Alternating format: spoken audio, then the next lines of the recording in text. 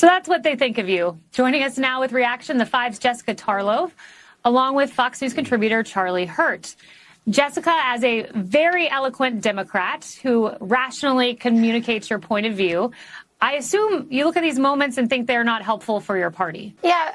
Well, first of all, Chris Matthews isn't really the ringleader of the party anymore. He was fired from MSNBC and has only just resurfaced a little while ago. Obviously, Hillary Clinton is someone who is incredibly important to the party, and I have defended her comments in that interview, talking about the fact that Democrats are so far from being in a cult on a comparative basis to Republicans.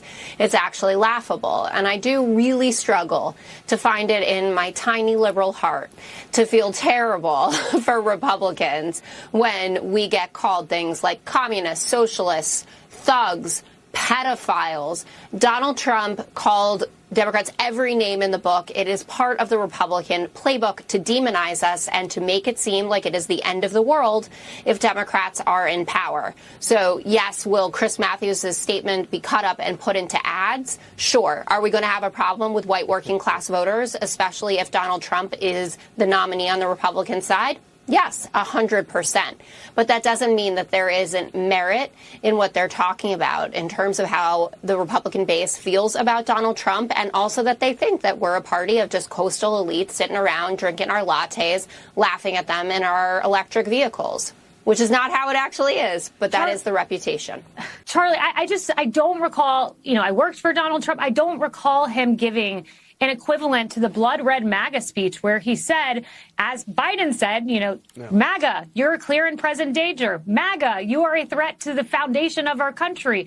I just don't recall a moment where Trump gave a speech quite like that. Well, that right there is the primary difference between, of course, Donald Trump and Joe Biden. Donald Trump attacks the party leaders, even Republican Party leaders oftentimes. He attacks Washington. He attacks the bureaucracy, but he never attacks the voters on the other side, whereas you have Joe Biden openly, and a lot of Democrats openly attacking voters on the other side, which, it's not that people get their feelings hurt. It's just a really stupid way to do politics. It's not a good way to win people over. And as Jessica points out, Chris Matthews is kind of a has-been.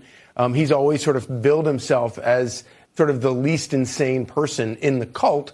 And he tries to say things that are kind of true, but such as when he talked about Obama's speech giving him a thrill up his leg so much that he couldn't even give words to describe it. He was so passionately moved by it.